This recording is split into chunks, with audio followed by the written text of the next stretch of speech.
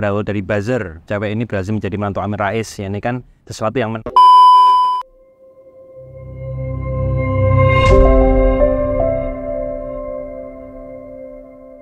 Assalamualaikum warahmatullahi wabarakatuh. Halo sahabat Sofia, kembali lagi nih sama Kak Fia di sini di acara baru kita di YouTube-nya Sofia Jewelry yang namanya segmennya adalah Sofia Talks. Nah, di Sofia Talks ini kita ingin membahas beberapa kisah cerita pernikahan yang inspiratif mungkin. Jadi buat sahabat-sahabat Sofia yang mau menikah atau mungkin sudah menikah, itu bisa diambil pembelajaran yang baik-baiknya untuk kalian gitu. Nah, hari ini di Sofia Talks episode pertama kita kedatangan bintang tamu yang luar biasa banget dan kita udah sering banget ketemu di Sofia Jewelry ya. Nah, ini mungkin juga kalian udah ada beberapa yang tahu gitu ya. Kita sambut aja bintang tamu kita sore hari ini, ada Kak Selma dan Kak Haki.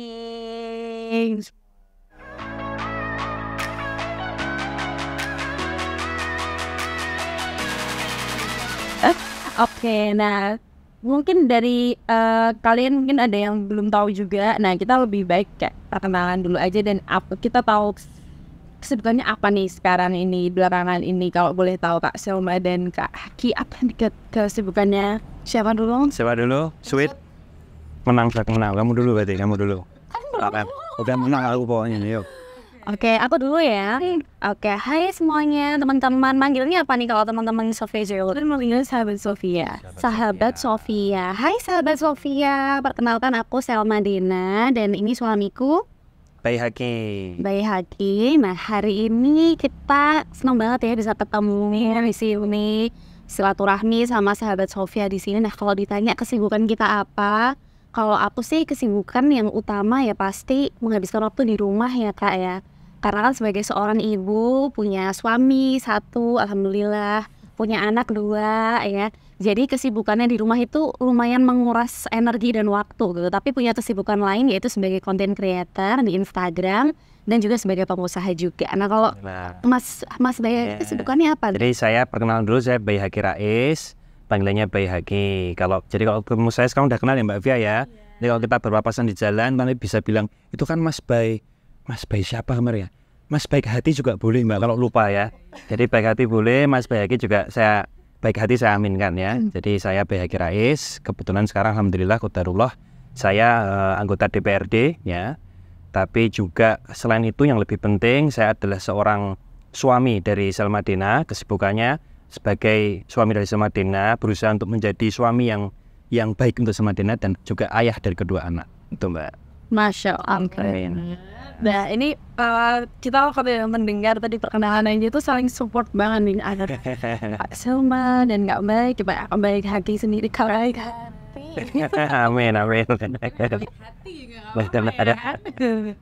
Nah ini tuh pasti dulu awalnya sebelum menikah kan pasti ada perjalanannya ya. Yang pastinya juga aku sih kalau mengenal Kak Selma kan dari berita-berita yang sungguh heboh itu ya pada saat zamannya saat itu. Nah kita tuh sempet juga lihat beberapa beritanya ya. Itu tuh kayak banyak banget nih dari headline kayak cewek ini berhasil jadi menantunya Amin Rais kayak gitu kan. Realistis memilih pasangan gitu kan. Hidup ala Selma Dina dan Haki Rais. Nah itu kan banyak banget berita yang mungkin bisa diluruskan sedikit gitu dari sebenarnya dari awal perkenalannya dulu sampai sekarang tuh sebenarnya gimana sih ceritanya gitu? Boleh diceritain nggak? Mak, ini Mas sweet terus ini. Jadi acara aku sweet nanti ya. Jadi saya ceritakan sedikit ya Mbak. Jadi kalau melihat dari judul-judul berita ini ya pastilah yang namanya berita itu judul-judulnya cukup misleading juga ya. Karena kalau nggak rame ya nggak asik lah kayak kalau orang mau nulis wartawan mau nulis sebuah judul atau headline. Jadi kalau saya baca ya di sini ya seperti misalnya berawal dari buzzer, cewek ini berhasil menjadi menantu Amin Rais. Ya, ini kan sesuatu yang menarik untuk dibaca pastinya. Nah tapi memang tidak ada salahnya juga ya. Artinya memang ini sesuatu yang real juga begitu. Jadi awal saya perkenalan dengan Selma, dulu saya memiliki sebuah usaha kuliner ya. Ketika itu akan diliput oleh TV swasta ya. Jadi ketika itu Selma Dina menjadi host dari acara tersebut. datang untuk mewawancarai pemilik dari usaha kuliner tersebut, yaitu saya sendiri. Nah, saya lihat-lihat juga, boleh juga nih cewek gitu ya. Setelah wawancara itu saya minta nomor handphone dia gitu ceritanya. Nah, modusnya habis itu masih ada kerjaan lain lah ya. Jadi ya bolehlah tipis-tipis modus zaman dulu ya, masih 7 tahun yang lalu lah kira-kira. Nah, setelah itu baru dari situ saya berkenalan dengan Selma, dan tidak sampai 30 hari. Jadi kalau ada judul 30 hari mencari cinta itu benar adanya, itu kisah saya. Jadi berkenalan 30 hari setelahnya saya menikah langsung sama Selma Dena. Nah, dan alhamdulillah yang jelas ini juga tidak tepat ya, artinya terus seperti seakan-akan Selma ini seperti apa ya, ini kan bahasanya cukup sedikit framing juga ya, provokatif ya bahasanya. Tetapi bagi saya juga memilih Selma itu juga karena, dan insya Allah juga sebaliknya sama memilih saya itu karena pada tujuan utamanya menikah itu karena menyempurnakan agama.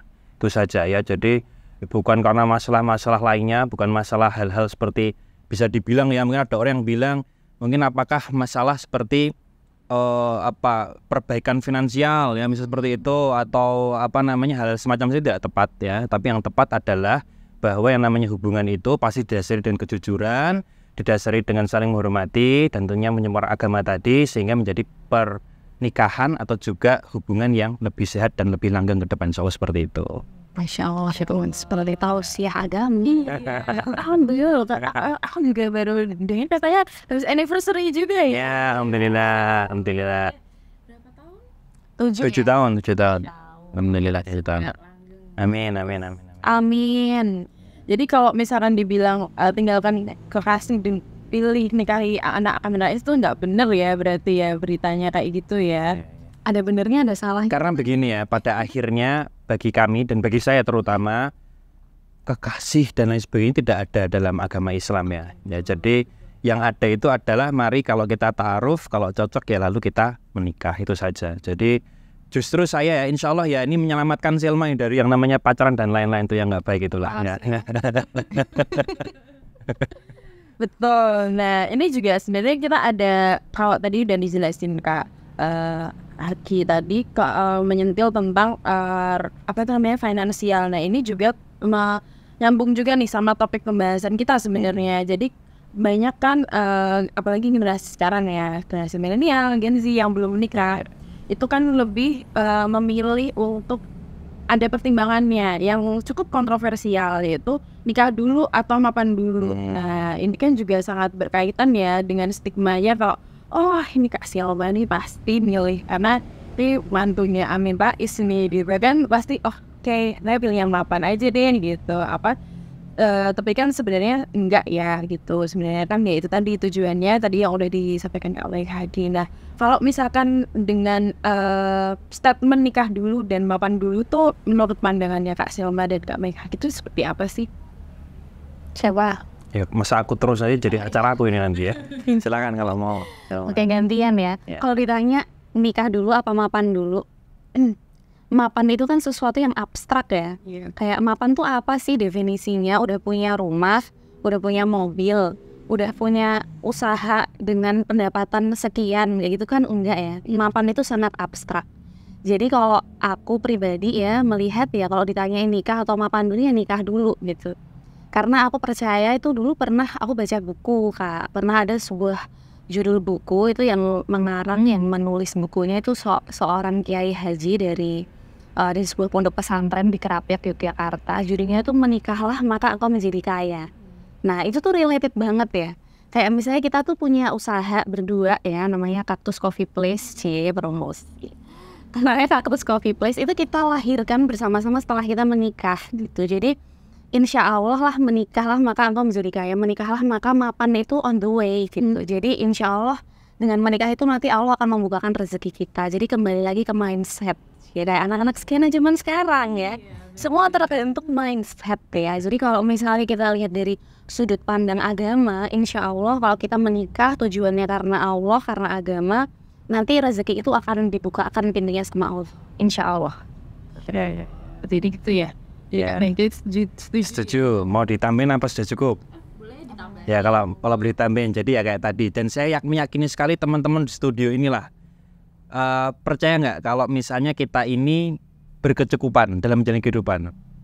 Bener ya, setuju ya semua ya. Artinya kalau untuk hidup itu kita cukup ya. Yang tidak cukup tuh untuk memenuhi gaya hidup. Nah itu tidak akan pernah cukup. Jadi kalau tadi misalnya tolok ukurnya adalah mapan, nah itu orang berbeda-beda karena gaya hidupnya orang berbeda-beda. Dan ketika orang sudah berbicara gaya hidup, maka merasa tidak akan pernah cukup karena akan selalu lebih dan lebih dan lebih. Nah jadi tadi Mbak, saya setuju sekali. Artinya kita ini apabila sudah berkecukupan ya, jadi kalau saya lebih kepada jangan mapan dulu ya, artinya itu bisa menjadi perdebatan lah seperti itu ya, debatable. Tapi yang namanya nikah dulu, yang jelas harus punya persiapan tadi itu, yaitu salah satunya persiapan mental dan juga persiapan kecocokan pada hubungan. Ya itu seperti itu sih yang harus dipikirkan. Jadi bukan seperti harus mapan dulu atau apa, itu terlalu abstrak tadi itu ya, tapi lebih kepada sudah siap belum secara mental, sudah siap belum secara ya kecocokan, secara visi, secara misi seperti itu. Nah, dan tadi juga benar Mbak, yang namanya menikah itu membuka pintu rezeki. Nah, Ustadz tuh selalu bilang kayak gitu ya, benar ya. Yang kadang-kadang lupa itu ada komanya sebenarnya. Jadi memang menikah itu membuka pintu rezeki ya, tapi yang tidak disampaikan sama Ustadz adalah lanjutannya, yaitu tapi juga jangan lupa membuka pintu pengeluaran kan gitu. Jadi nambah rezeki. Benar, memang iya. Jadi saya menikah dengan Selma, setelah itu menikah. Saya menambah pengeluaran Anda. Ya, enggak. Saya menikah dengan Selma ya, kami berdua memiliki unit usaha baru. Saya juga habis itu memiliki sekarang jabatan ya. Selma juga menjadi ya alhamdulillah lancar lah sekarang di dunia yang dia geluti ya, selebgram dan sebagainya gitu. Tapi juga jangan lupa kita harus memikirkan yang namanya pendidikan anak ya, tabungan kesehatan anak dan sebagainya gitu. Jadi tetap ada yang namanya balance ya di situ. Jadi saya rasa seperti itu Mbak, bukan lebih kepada harus menunggu mapan, tapi lebih kepada bagaimana persiapan ya sebelum menikah itu, apa yang kita butuhkan, kita bicarakan dan sebagainya. Itu sih Mbak. Insya Allah banget nih. Ya. Ini juga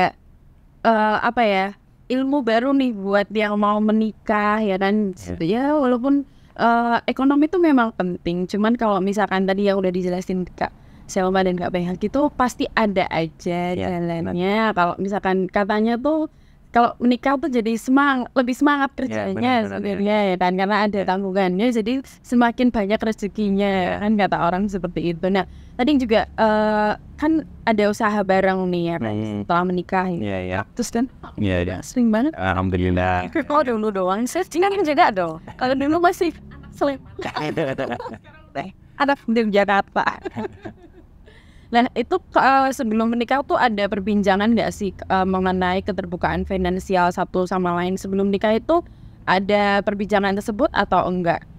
Ada nggak dulu? Sebenarnya itu Mbak, jadi begini Mbak ya, inilah yang mungkin membedakan antara ya bukan membedakan, bukan berarti kita terus paling spesial, tidak, tetapi karena saya itu benar-benar kenal Selma itu hanya sebuah ta'aruf, 2 kali ketemu, jadi sekali bertemu di acara saya waktu itu kita berkenalan, acara kedua saya ketemu, saya minta Selma, saya pengen ketemu sama orang tuamu karena saya mau ngelamar kamu. Itu orang kedua itu Mbak, langsung saya mau ngelamar, saya pengen ketemu orang tuanya. Dan gak lama setelah itu, dalam 30 hari kami sudah menikah. Alhamdulillah sudah resmi secara agama sebagai suami istri. Jadi untuk pembicaraan selama 30 hari itu mungkin sangat bisa dibilang sangat terlalu broad ya kalau kita harus berbicara tentang finansial, tentang ini ya. Tapi yang jelas kita benar-benar pelan-pelan setelah itu kita membicarakan hal-hal yang terkait tadi, misalnya seperti finansial. Terus yang jelas begini Mbak, kaitannya dengan yang tadi ya, saya pengen sedikit cerita juga sama teman-teman yang tadi menikah bukan rezeki. Dan salah juga sih kalau misalnya orang bilang, wah ini karena anaknya Pak Amin Rais terus kaya raya, tidak juga. Nyatanya saya dari dulu sebelum menikah itu juga malah biasa-biasa saja. Malah setelah menikah dengan Selma ini alhamdulillah Mbak, ya setahun lah saya akhirnya bisa membelikan Sofia Jewelry buat Selma. Ya jadi itu malah artinya mendapat upgrade juga dari menikah tadi, asalkan tadi memang di planning dengan baik ya. Salah satunya penting juga untuk membicarakan masalah finansial, seperti siapa nanti yang mau megang keuangan gitu, apakah kamu bisa nggak mengelola keuangan atau sebaiknya saya, itu juga penting dibicarakan. Kayak di permukaan aja gitu, nggak yang sampai mendetail kayak kalau kita nggak sampai yang mendetail kamu gaji kamu berapa, nggak sampai yang kayak gitu banget, karena ya itu tadi kita melihatnya tuh sebenarnya menikah dari sudut pandang agama, bukan sudut pandang yang terlalu melihat duniawinya gitu, karena kita percaya nanti insya Allah pasti Allah itu akan berikan yang lebih ketika kita sudah punya tujuan yang insya Allah lillahi ta'ala kayak gitu sih. Masya Allah Mbak. nih. Jadi tadi memang ada beberapa yang udah aku ambil pelajaran dia banyak ya, dari aku juga baru menikah kan. Wah, alhamdulillah selamat ya Mbak. Kita kan kemarin enggak itu belum ya. Oh sekarang alhamdulillah sudah menikah gitu. Oh di awal pernikahan tuh ya menggabungkannya memang ada batu-batu kecil aspal. Nah ini tadi kan ada sebuah standar kalau Kak Baik Haki dan prosesnya dengan Kak Selma itu kan sangat cepat sekali ya. Sebenarnya aku juga yang mau penasaran juga nih, gimana apa yang akhirnya nih, oke, aku yakin dengan menikah dengan Kak Selma, dan sebaliknya juga kayak gitu Kak Selma. Oke, aku akan menikah dengan Baik Haki karena kan memang tujuannya yang pertama menyempurnakan ibadah. Tapi ada nggak sih kayak di dalam hati ini, apa ya, aku yakin kayak gitu. Ada nggak sih Kak apa dan apa gitu? Kalau aku ya, kalau aku sih jujur aja nih ya, karena memang kalau aku ngelihat sosok Mas Baik Haki itu memang paham agama kayak gitu. Kan kalau di Islam itu memang kita harus cari pasangan hidup itu yang, kalau suami ya, nyari suami itu yang pemahaman agamanya itu di atas kita. Nah aku tuh melihat di situ pertama gitu, dan memang secara usia aku memang lebih suka laki-laki yang lebih tua gitu ya. Kita kan selisih 7 tahun apa 6 tahun nih? 6 tahun. 10 ya? Ya selisih 6-7 tahun gitu. Dan aku merasa memang aku butuh sosok yang seperti itu gitu. Dan memang setelah kita ngobrol kan, waktu itu kan kita ketemunya jarang banget ya. Bener-bener dari kenal sampai nikah tuh kan 1 bulan. Kita tuh ketemu tuh ya cuma 2-3 kali lah mungkin ya, sama waktu syuting acara itu tadi. Jadi benar-benar sebentar banget. Itu aku kenalan lebih dekat tuh cuma via teks, sama sesekali via telepon gitu ya. Dari topik pembicaraan tuh kita nyambung, karena kita tuh nikah tuh hidup sampai tua tuh nyari apa sih, nyari teman ngobrol ya kan. Ya alhamdulillah topiknya nyambung meskipun kita beda 6 tahun. 6 tahun tuh kalau aku SD kelas 6, kamu udah kuliah ya? SMP. Oh iya, benar nih, benar. Apa SD kelas 1 kamu SMP? Nah maksudku itu ya. Bocil banget ya. Jadi kayak ketika aku mengenal Minky Momo gitu, dia udah kenal Coldplay gitu, jadi benar-benar jauh banget gitu. Tapi alhamdulillah kita nyambung gitu. Nggak tahu apa yang dewasa apa kamu yang childish. Gitu sih kalau aku Kak. Oke, nah kalau dari Kak. Kalau dari saya gini sih sebenarnya Mbak, ini juga mungkin sharing sama teman-teman yang penonton sahabat Sofia yang mungkin mau menikah ya. Jadi kita sebagai laki-laki itu prinsipnya kita itu memiliki hak untuk memilih ya. Kita tuh udahlah, pilih sajalah ya, selagi jalur kuning belum melengkung kita boleh memilih ya. Tetapi wanita itu juga memiliki hak untuk menolak gitu ya. Jadi kalau misalnya saya memilih Selma, misalnya saya ditolak, ya itu biasa saja gitu. Ya sudah, berarti kita masih bisa lah istilahnya memilih yang lain. Nah kebetulan alhamdulillah ketika saya memilih Selma ini, nah beliau Selma ini menerima saya. Nah jadi saya memakai hak saya untuk memilih, Selma juga memakai hak dia untuk menerima, sehingga menjadi klop. Dan yang paling penting begini, kenapa kok itu terasa cepat ya 30 hari, tapi saya langsung yakin, karena sesungguhnya saya meyakini sekali yang namanya kita itu kalau sudah ketemu soulmate kita, itu ada semacam perasaan gerengnya. Nah jadi kalau misalnya kita ketemu orang itu kok belum ada perasaan gereng, itu mungkin ya, ini secara pengalaman saya nih ya, mungkin she's not the one gitu ya. Tapi kalau sudah ketemu kok, kalau bahasanya di bahasa film itu namanya zing gitu, ada zingnya ya. Atau kayak jadi slow motion. Bener, itu kayak hari-hari jadi indah. Terus intinya udah bener-bener kayak gitulah. Itu sudah jangan lama-lama ya. Artinya insya Allah dia adalah jodohmu yang dipilih oleh Allah untukmu ya. Kalau lama-lama nanti malah harus pacaran dulu, malah jadi nggak bagus. Langsung kalau udah ada perasaan kayak gitu, langsung dihalalkan saja. Ya tapi nggak langsung juga kan. Ya 30 hari cukup lah untuk ta'aruf. Tapi enggak, maksudnya gereng itu tuh apa gitu. Kalau misalnya deg-degan, nervous, kita mau kayak gini deg-degan, nervous, terus jadi jangan-jangan dia. Ya kita sekalian nulangan. Bisa jadi juga sih ya, bisa jadi juga. Tapi biasa seperti itu ya. Biasanya kalau alhamdulillah ya, ketika saya ketemu Selma ini, wah saya nggak bisa tidur, seminggu ada itu ya. Nah udah nggak bisa tidur kayak gitu, insya Allah ini adalah Malu. benar-benar yang tepat untuk saya ini ya. Karena seumur-umur saya biasanya ya kena orang ya tidur nyenyak-nyenyak saja. Baru ketemu Selma ini mengganggu tidur saya ini. Ya selama seminggu lebih itu. Bahkan sampai sekarang ini masih terganggu juga kadang-kadang. Alhamdulillah. Tapi masih ada dong. Masih ada itulah. Itu yang paling penting itu ya. Paling penting adalah getaran-getaran itu harus selalu ada ya. Bagaimana kita bisa memaintain itu.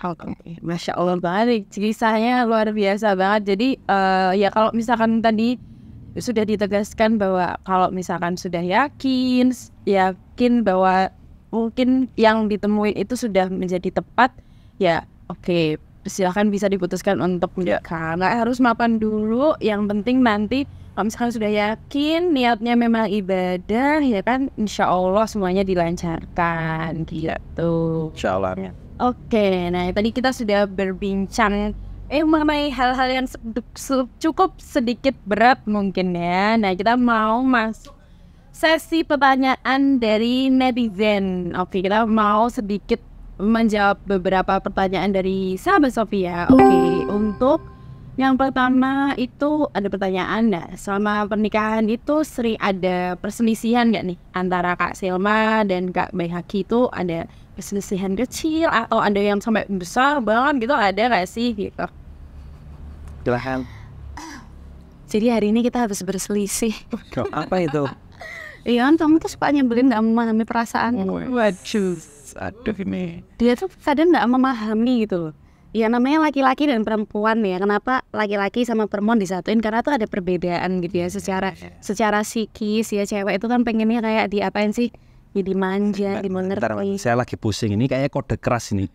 Kode keras mau dibeliin Sofia Jibril lagi nih kayaknya. Aduh, ini kode keras ini. Ini lanjut. Ya enggak sih, ini kan kemarin dibeliin.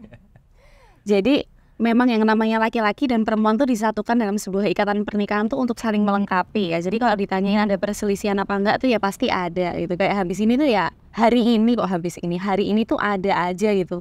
Masalah kecil-kecil ya.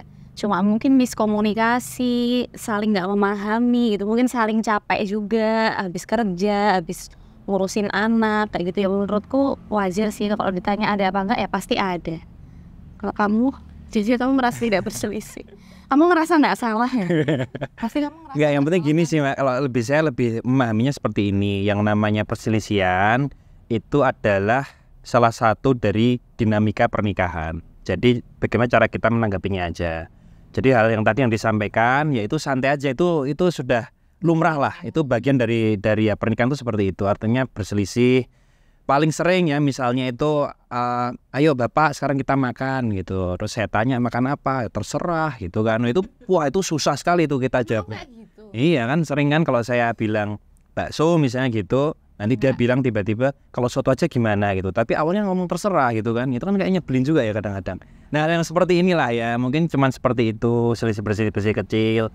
Itu saya rasa salah satu ya dinamika dari pernikahan. Jadi nggak ada yang benar-benar berat. Saya pikir insya Allah kalau kita sudah memahami konteksnya bahwa pernikahan itu pasti akan ada perselisihan, maka kita akan bisa lebih menanggapinya itu dengan lebih baik lah insya Allah. Sama mungkin kayak gini sih kalau aku kan setelah nikah tuh alhamdulillah kita tuh sama-sama belajar agama Kak. Kita sama-sama belajar tentang hak dan kewajiban suami istri itu apa gitu. Makanya kan kalau sebelum nikah itu baiknya kita tuh ikut konseling pernikahan gitu. Jadi kita konsultasi sama psikolog, kita konsultasi sama orang yang lebih paham agama, supaya ketika nanti ada perselisihan di rumah tangga itu kita tahu gimana sih cara menghadapi masalah ini tuh dengan cara yang syar'i, dengan cara yang sesuai dengan caranya Allah. Jadi kalau misalnya kita ada perselisihan ya kita tuh inget lagi itu, oh tujuan kita nikah tuh apa sih? Tujuan penciptaan kita di dunia tuh apa sih? Oh untuk beribadah gitu. Oh ternyata kita tuh nikah tuh untuk beribadah. Jangan sampai cuma gara-gara kerikil-kerikil kayak bakso soto itu tadi, itu jadi bikin perpecahan di rumah tangga kita yang membuat kita malah jadi nggak beribadah gitu. Jadi insya Allah nih perselisihan tuh ada, tapi tinggal gimana cara kita menghadapinya dengan cara yang benar menurut agama, bukan cara yang benar menurut manusia gitu. Masya Allah banget nih. Jadi salah satu inspiratif banget buat saya ya, khususnya yang masih pengantin baru. Karena kan kadang-kadang tuh yang bikin lupa tuh kadang-kadang yang bikin lupa tuh kayak enggak ya bener aku, bener kamu gitu. Tadi jawabannya bener banget kata Kak Selma. Jadi yang benar gimana cara mengatasinya itu menurut ajarannya gitu kan. Jadi kalau misalkan udah menurut ajarannya ya kita sebagai manusia ya pasrah gitu, mau nggak mau ya kita harus, kan niatnya memang ibadah gitu. Itu jawabannya ya. Untuk ya perselisihannya pasti ada sebagai warna-warni pernikahan gitu. Ya gitu nggak rame Mbak, harus ada, wajib. Ini bosen ya kalau nggak ada berantem nih. Oke, selanjutnya nih, itu tadi kan kita sudah juga sempat bahas ya persiapan pernikahan. Nah, kalau misalkan ini ada yang tanya bagaimana persiapan pernikahan yang tepat. Nah, ini kalau misalkan menurut Kak Selma dan Kak BHK nih, versinya itu mempersiapkan pernikahannya itu gimana? Aku dulu ya. Kalau aku sih yang pertama pasti niatnya. Jadi kita menyatukan niat visi kita menikah tuh apa. Oh, untuk menyempurnakan agama, untuk beribadah kepada Allah. Jadi kita menikah tuh untuk beribadah. Itu yang pertama, harus satu visi dan misi. Makanya cari pasangan hidup ya kalau bisa yang pengetahuan agamanya tuh di atas kita. Kalau kita cari suami gitu, supaya bisa mengarahkan pernikahan kita ini mau dibawa kemana. Itu yang pertama. Yang kedua pasti persiapan baik fisik, mental itu benar-benar harus kita siapin. Persiapan fisik karena itu terkait tujuan menikah, yaitu misalnya nih memiliki keturunan kayak gitu. Artinya kan fisik kita harus dipersiapkan dengan sebagaimana mestinya. Dari makanan, dari olahraga, semua harus kita atur sedemikian rupa. Kalau untuk mental ya itu tadi konseling pernikahan. Jadi sebelum nikah itu usahakan nih suami maupun istri itu konseling pernikahan dulu. Jadi kita tes kepribadian masing-masing dari kita tuh seperti apa. Nanti ketika ketemu sama ahlinya, psikolog atau ahli agama, kita tahu nih manajemen konflik kita tuh yang benar seperti apa. Kayak gitu sih kalau dari saya. Tambahannya ada? Ada mungkin tambahannya sedikit saja. Jadi tadi sudah bagus sekali, sudah disampaikan semua oleh Selma. Tapi yang jelas begini Mbak, saya mengamati kalau sekarang ini persiapan menikah itu sebagian orang itu malah meribetkan pada acara pernikahannya. Nah itu yang sebenarnya masih harus diluruskan ya. Jadi yang dipersiapkan itu justru adalah setelah acara pernikahan tersebut, yaitu ketika menjalankan kehidupan itu berdua ya. Nah saya memiliki prinsip ya bahwa yang namanya menikah persiapan cuma satu Mbak. Ketika kamu sudah menikah maka bersiaplah untuk menutup salah satu matamu agar kamu berhenti membanding-bandingkan. Nah, jadi menikah adalah waktu di mana kamu berhenti membanding-bandingkan. Jadi yang tadinya oke lah kalau masih belum menikah masih cari itu lebih bagus. Oh itu bisa gini. Oh si fulan bisa gini. Itu namanya banding-bandingkan. Tapi ketika sudah menikah maka tutup salah satu matamu, berhenti banding-bandingkan, terima keadaan, kebaikan dan juga kekurangan dari pasangan kamu. Nah itu Mbak, itu yang paling penting. Yang kedua adalah komitmen. Jadi persiapannya adalah komitmen. Kayak tadi loh Mbak, sebelum menikah itu atau itu jelas saya sudah punya komitmen dengan Selma.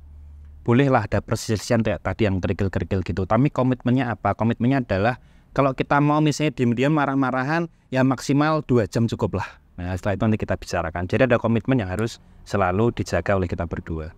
Dan bagi saya yang namanya kalau sudah komit, sudah ada komitmen tadi, insya Allah ya apapun yang tadi itu kerikil ya bahkan badai pun kita bisa terjang itu. Beres.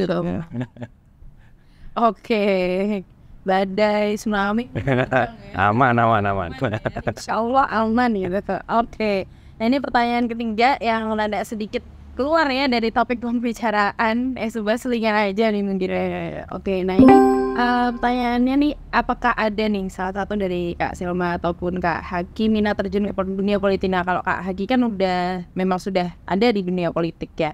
Mungkin ada nggak keinginan untuk kayak next step-nya nih lebih jauh gitu kan? Ada rencananya nggak sih? Kalau Kak Selma sendiri mungkin ada nggak rencana untuk mengikuti nih jalur yang dipilih Kak Haki gitu? Gimana nih ridho suami? Kita tanyakan langsung kepada yang memegang ridho. Jadi gini Mbak, ini mungkin juga sebagian teman-teman harus tahu ya bahwa yang namanya politik itu saya umpamakan seperti jalan tol.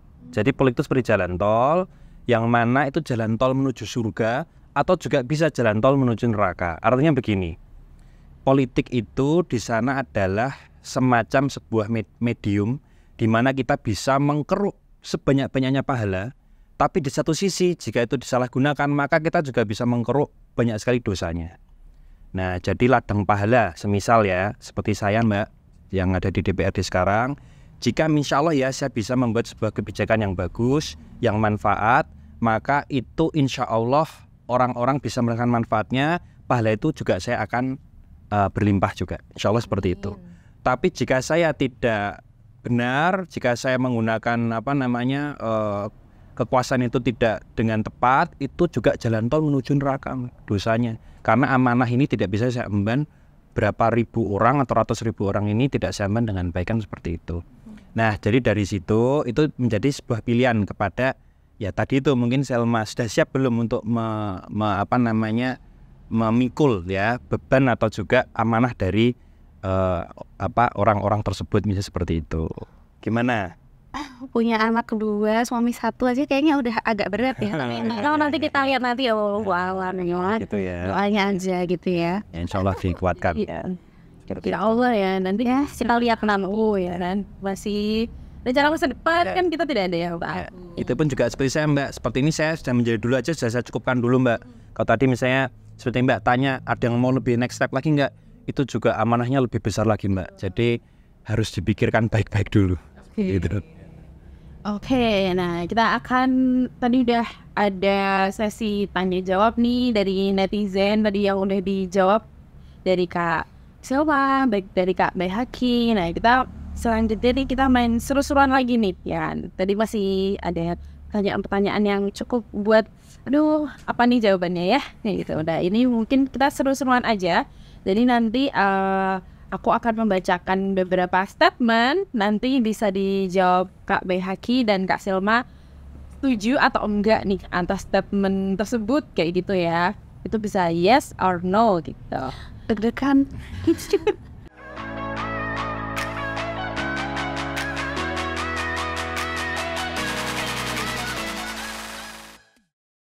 Oke, kita mulai aja ya gamesnya. Oke, silahkan. Iya, untuk memberikan ya. Kalau Selma saya sih yes sih. Mantap. Kalau Sofia sih saya yes.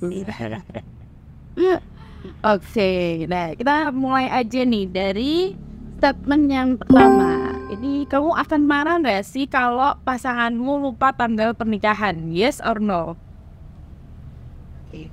Oh, Oke, tapi ini dari Kak Anwar tuh yes ya, benar kalau dari Kak Ki. Saya no sih. kenapa? Kenapa kamu? Iya marah lah. Masa kamu lupa sama hari suci yang sudah kita ukir? Karena bagi saya setelah menikah tiap hari itu Selasa anniversary sih. Jadi tidak harus menunggu tanggal pernikahannya. Jadi momen itu tuh akan selalu dikenang tiap hari. Oh iya dong ya. Jadi kayak tadi kembali ya, yang namanya menikah itu adalah ibadah paling panjang seumur hidup kita ya. Jadi setiap hari itu pahalanya tiap detik itu selama kita menjaga pernikahan dengan baik itu mengalir terus setiap detik ya.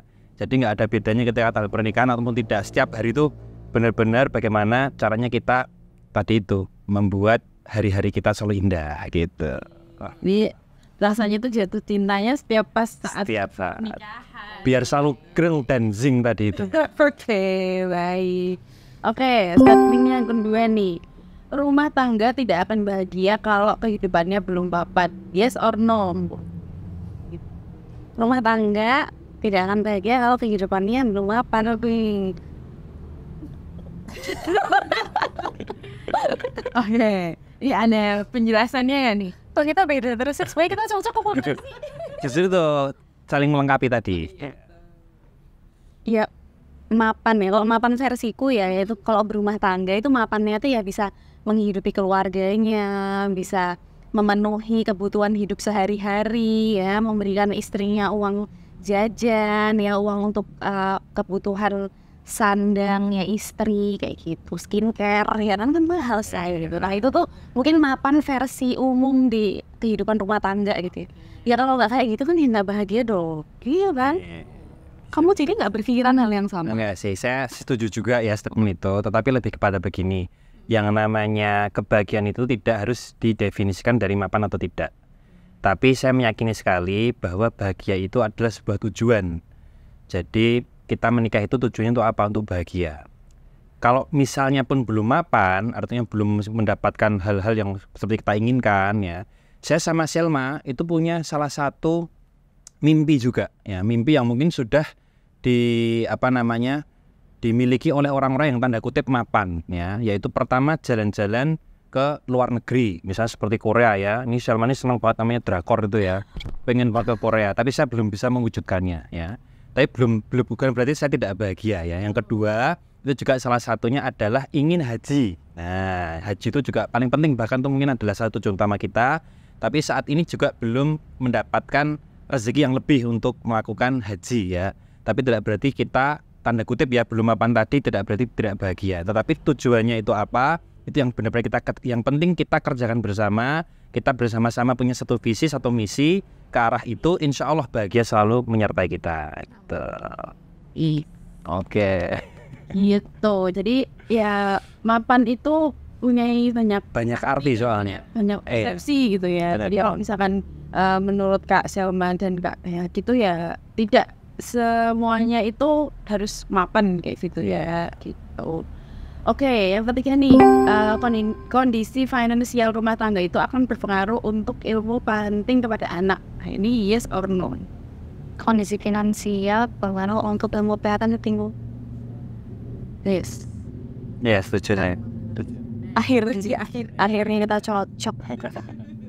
Nah, ini alasannya satu atau beda-beda nih? Apa aja? Kalau saya itu sangat simpel ya, karena ini adalah pertanyaan ya atau tidak. Dan tadi pertanyaannya kondisi finansial rumah tangga itu berpengaruh tidak pada ilmu parenting? Jelas berpengaruh, Mbak.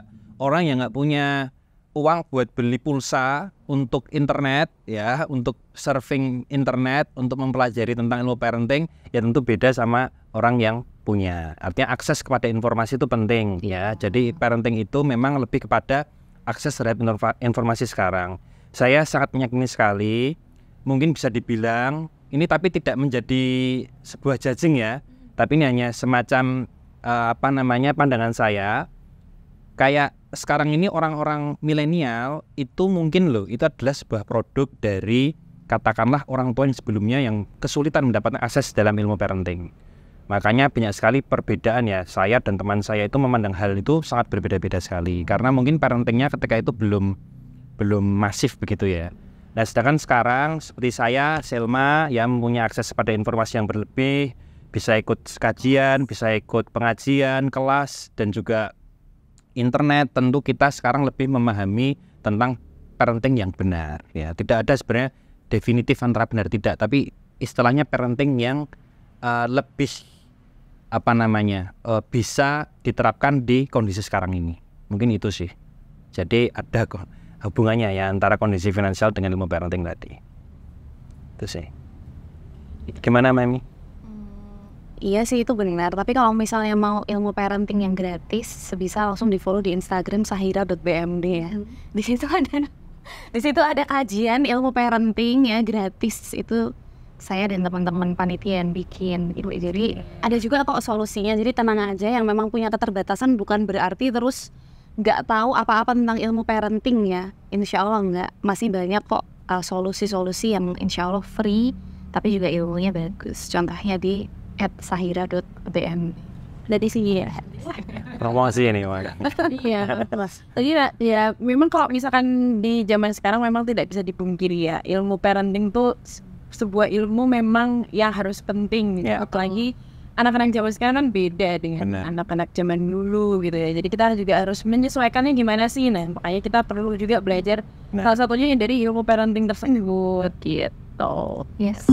Oke, nextnya ini ada statementnya, cowok boleh nggak sih pakai perhiasan berbahan emas nih? Yes or no nih? Sama ya. Jelas ya. Ini jelas sih kalau ini. Saya rasa ini ya everybody knows ya, dalam agama kita juga memang tidak diperbolehkan begitu. Tapi lebih kepada saya secara pribadi Mbak. Bahkan saya pun tidak memakai yang namanya jam tangan atau mungkin ya apalah yang paling simpel, mungkin jam tangan saya juga tidak pakai. Karena memang saya tidak suka aksesoris sih. Itu aja sih, karena memang dasarnya saya tidak suka aksesoris sama sekali. Ya, jadi jam tangan atau misalnya apa sih yang lain, kalau cincin ya.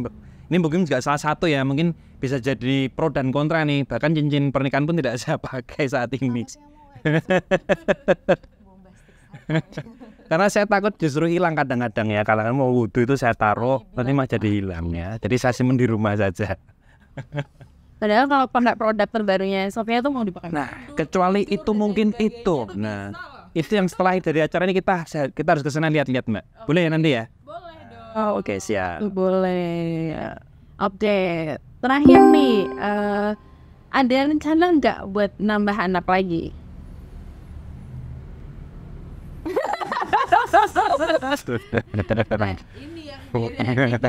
Kenapa sih bapak-bapak tuh Saya pengen tambahan? ini gini loh, saya udah paling dari pertanyaan tadi saya yang paling tegas yang ini saya. Enggak, tapi aku tuh jujur aku tuh bingung banget nih. Kenapa sih bapak-bapak itu suka banget gitu nambah anak? Kenapa sih? Alasan kamu tuh apa sih? Hobi banget gitu loh. Saya tidak bisa menjelaskan secara langsung ya, tapi yang jelas bahwa saya ingin mungkin nggak bisa sih Mbak saya untuk menjelaskan secara langsung. Tapi prinsipnya kalau saya cuma yes or no nggak harus pakai alasan kan Mbak. Yang itu saya yes aja sih sebenarnya, itu aja sih. Bisa diterima. Proposal ditolak. Tapi ya tadi itu kembali kepada tadi loh Mbak, kita tetap harus membicarakan kepada pasangan kita ya, apakah istri itu siap atau tidak gitu. Jadi saya menunggu kesiapan Selma ini untuk menambah anak lagi. Betul. Ya sedikit. Siapa tahu ada rezekinya lagi kan. Kita tidak bisa menolak. Ini ya. Tapi sementara ini dulu. Oke, nah terus habis itu Kak Diki sudah menjawab beberapa pertanyaan. Jadi Sofia nih akan memberikan sebuah gift nih dan dari kotak rahasia kita yang kita bisa kasih. Wes, apa ini kira-kira ya? Apa ya? Besar sekali ini. Ini bisa dibuka. Besar tapi kok ringan ya? Apa ya isinya kira-kira ya? Wah, bener ya. Ternyata isinya adalah ini foto sebuah tempat ya. Foto sebuah tempat dan juga nota. Sebuah nota. Ya. Nota apa? Nah, ada foto dan foto tempat ya ini ya sama nota. Ini ada apa sih sebenarnya di balik dua benda ini tuh sebenarnya ada cerita apa? Oke, saya ceritain atau Selma? Kamu langsung aja. Aku melihat-lihat aja untuk. Jadi ini adalah tempat yang cukup punya nilai sentimental value untuk kita, terutama untuk saya sih, karena di mana itu adalah tempat saya pertama kali mengajak Selma untuk tanda kutip ta'aruf ya, ngedate gitulah kalau zaman sekarang ya, untuk bertemu di situ. Tapi dia tanpa tahu bahwa saya di situ ingin menanyakan ketersediaan dia menjadi istri saya. Nah, jadi dia kaget sekali ketika itu. Jadi itu adalah tempat di mana saya mengajak, istilahnya saya pengen ngobrolin tadi itu pekerjaan dan lain sebagainya, modus lah Mbak. Ketika Selma datang, saya langsung nembaknya dia adalah, boleh nggak saya ke rumahmu untuk menemui orang tuamu, karena saya ingin melamar kamu. Nembaknya udah Gitu. mau nggak kamu jadi pacar udah bukan kayak Udah kayak gitu, itu udah nggak level lah, nggak level ya. Pria sejati ya. Jus strawberry yang Benar manis, ya. yang kurang gula. Benar Mbak, ini memang notanya seperti itu Mbak. Jadi waktu itu saya membelikan mungkin sejaim-jaiman ya, kayak wah minum strawberry nggak pakai gula, wah sehat nih gitu. Ada lifestyle-nya sehat ya dan macam-macam. Jadi nota aslinya ya ini memang kayak gini Mbak ya, itu masih saya simpen banget di dompet saya. Ya mungkin yang aslinya itu mungkin sekarang teksnya sudah sedikit Hilang ya. ya buyar, tapi saya udah 7 jutaan yang lalu ya, tapi itu masih saya mengenang sekali. Moga-moga besok saya masih bisa nunjukin kalau anak-anak saya udah ngerti gitu ya. Ini adalah How I Met Your Mother gitulah bahasanya. Kira-kira gitu. Ya sebelum kamu jadi nak. Sebelum kamu diproduksi nak.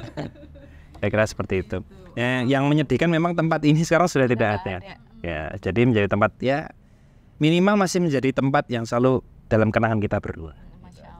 Dan ini terima kasih sekali hadiahnya, ini pun mengingatkan kita, nanti saya figura di rumah lah nanti ya. Mau iPhone. Ya ini apa ya? Kalau tuh mami ditembak. Ya ada memori yang bisa diceritakan ya. Ya, untuk cerita. Gitu Ya. Wow, luar biasa banget loh perbincangan sore kita hari ini.